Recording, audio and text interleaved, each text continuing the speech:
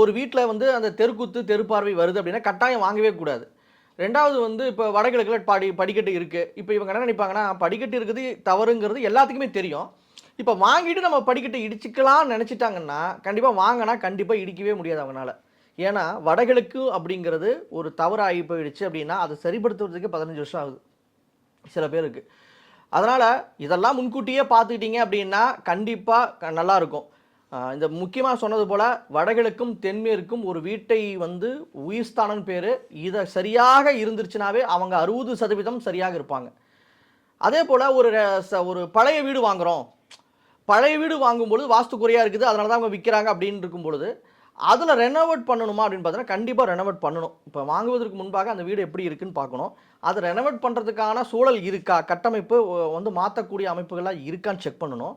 இதெல்லாம் செக் பண்ணிட்டு, அதுக்கப்புறம் வந்து அத மாத்தணும்னு நெனச்சா மாத்திட்டு அந்த வீட்டுக்கு குடி போகணும்.